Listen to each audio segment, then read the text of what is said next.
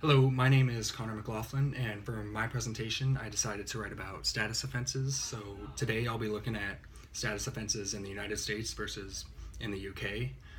A status offense is generally defined as something that's illegal just because of the age of the person involved with it. So the first one I'm going to look at is the legal drinking age.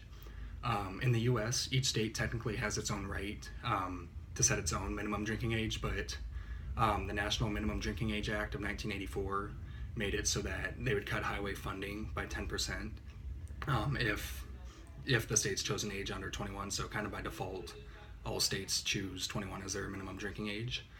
Some states have special exceptions to this rule, such as for religious reasons or with parental supervision. And in the UK, it's generally set at 18 rather than 21. 16 or 17-year-olds are allowed beer, wine, or cider with a meal, as long as it's bought by an adult and under adult supervision. And this is kind of funny because I had a friend my sophomore year of college who went to study abroad in the UK, and he was always sending me Snapchats and videos of him, at the bars having a good time. And then I obviously couldn't do that here at the States because I was only 19 at the time, but it's kind of funny to see the differences in the different countries.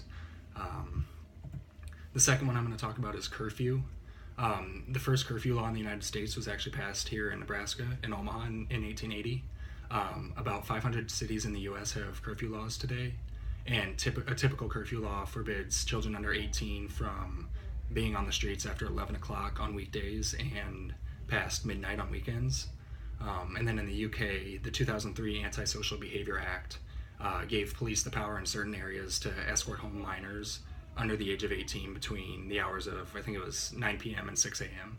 And that was generally seen as a success for just because it kept minors off the streets at undesirable hours.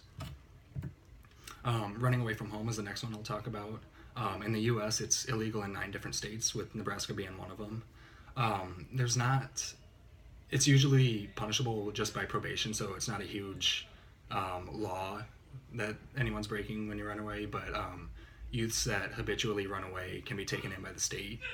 And then in the UK, I couldn't find anywhere where it was illegal, but just like in the States, it's highly discouraged for obvious reasons. So, and then the last one I'm going to talk about is truancy. In the US, it largely depends on the state, but truant students are often fined or have their licenses suspended. And to go along with truancy, there's a senior skip day, which I'm sure lots of high school students know about. Generally after a big, like the day after prom or homecoming or before spring break or whatever, the group of seniors will get together and, skip classes for the day. And I definitely participated in that when I was in high school. So, and then in the UK, it's a criminal offense for the parents of the delinquent. There's definitely more of an emphasis in the UK on the parent rather than the juvenile, which is kind of interesting.